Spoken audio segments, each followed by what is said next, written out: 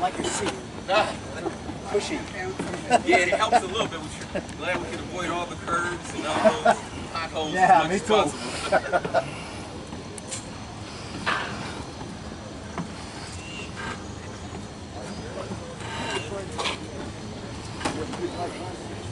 Oh, she slept like an angel. Ready to go today. Oh, yeah.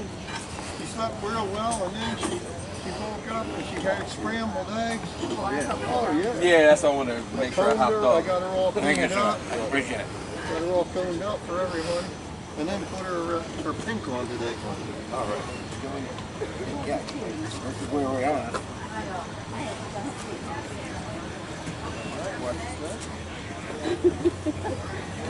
Thanks, Dan. You're welcome. Watch your step.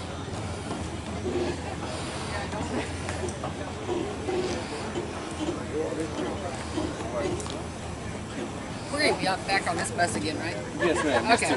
Watch your step. Okay, thank you.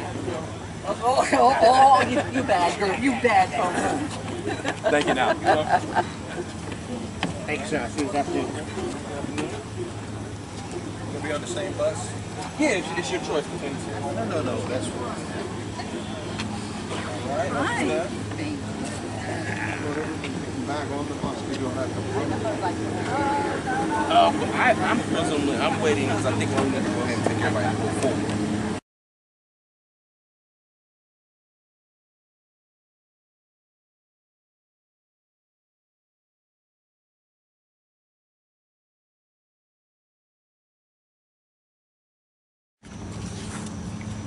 Almighty and ever-living God, we give you thanks for the men and women who have served and defended our country and the values of freedom that we hold so dear, especially those who served in Thailand, Laos, and Cambodia during the Vietnam War. We give thanks for those who have given their lives, who have shown the greatest love by laying down their lives for others.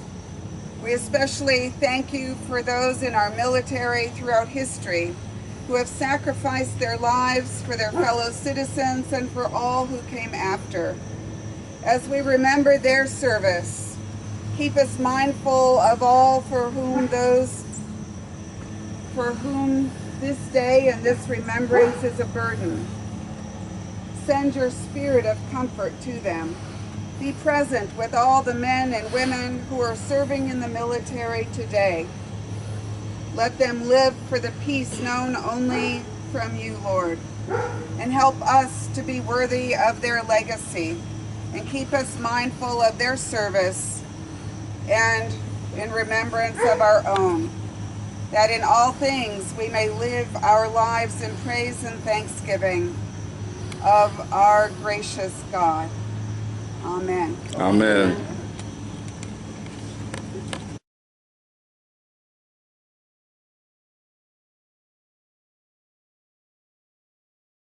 Begin by going back 49 years. My return stateside in late 1968. I was coming back via Travis Air Base for discharge after 4 years of I thought, honorable service. And it was kind of a bittersweet homecoming. And a number of years ago I wrote a poem about it I'd like to share with you today. I call it No Hero's Welcome. Silver wings of freedom bird dip gently toward the land. The moment we've been yearning for, at long last now at hand. Can it be I'm really here? It just seems so unreal. I guess the years I've been away at war have made it hard to feel. Barely breathing, cabin hushed. Through porthole glass we peer for our first glimpse of home again, a land we love so dear. Now through shroud of milky fog, Golden Gate appears. Dare I believe I'm really back? Can I release my fear? Touchdown brings a chorus of enthusiastic shouts. In reverent silence, we grab our gear. Now one by one file out. The stews were great. God love their hearts. Welcome home, she says to me. I move past her down the steps, as if I'm in a dream. I feel the tarmac beneath my feet, sun and wind upon my face. Yes, I guess I'm in the world again, by fate or heaven's grace. Your government thanks you for your service. The debriefer drones his lines. Just one more thing before you go. We'll take no more of your time. Your fathers and your uncles brave were greeted with parades. We're living in a different time. For you, no accolades.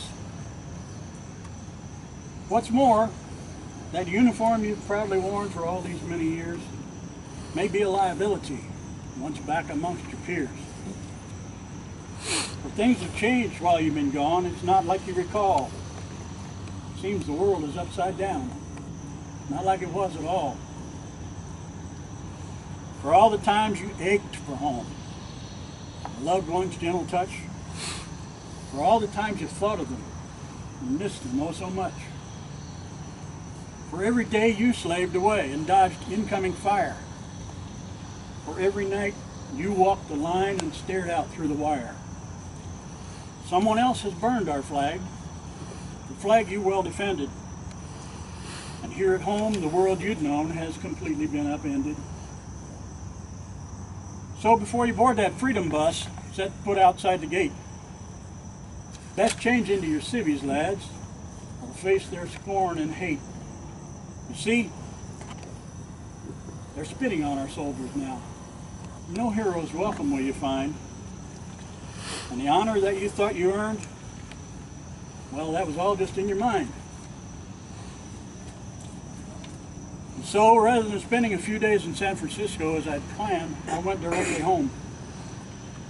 And once there, I found when I tried to share my experiences with friends and former classmates, I was often greeted with looks of disinterest, even some of disgust and disdain. Things have certainly changed. People in general, weary of the war, didn't want to hear about it, didn't even seem to care, to me. And worst of all, though my DD-214 includes the VSM and VCM, often when I encountered boots on ground Vietnam veterans, I was treated as a counterfeit war veteran, a wannabe, having only served in Thailand. What right do you have to even say you're a Vietnam veteran, they asked. I had one Marine grunt tell me once he would die for any of his in-country REMFs, but he wouldn't cross the street to help me. I had to chalk it up to his ignorance, but certainly words like that cut deep. Swallowing hard, I resolved I'd shove it all down into the deep recesses of consciousness and just get on with life. And I was largely successful at that.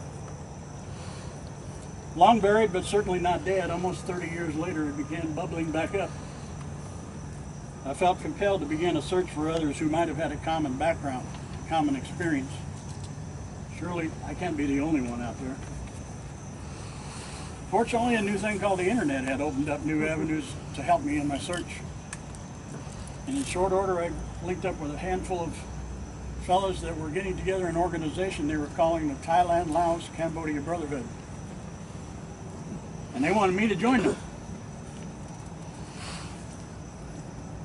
After wandering for so long in the wilderness in complete isolation, in 1998, I suddenly found myself among brothers, as we have here.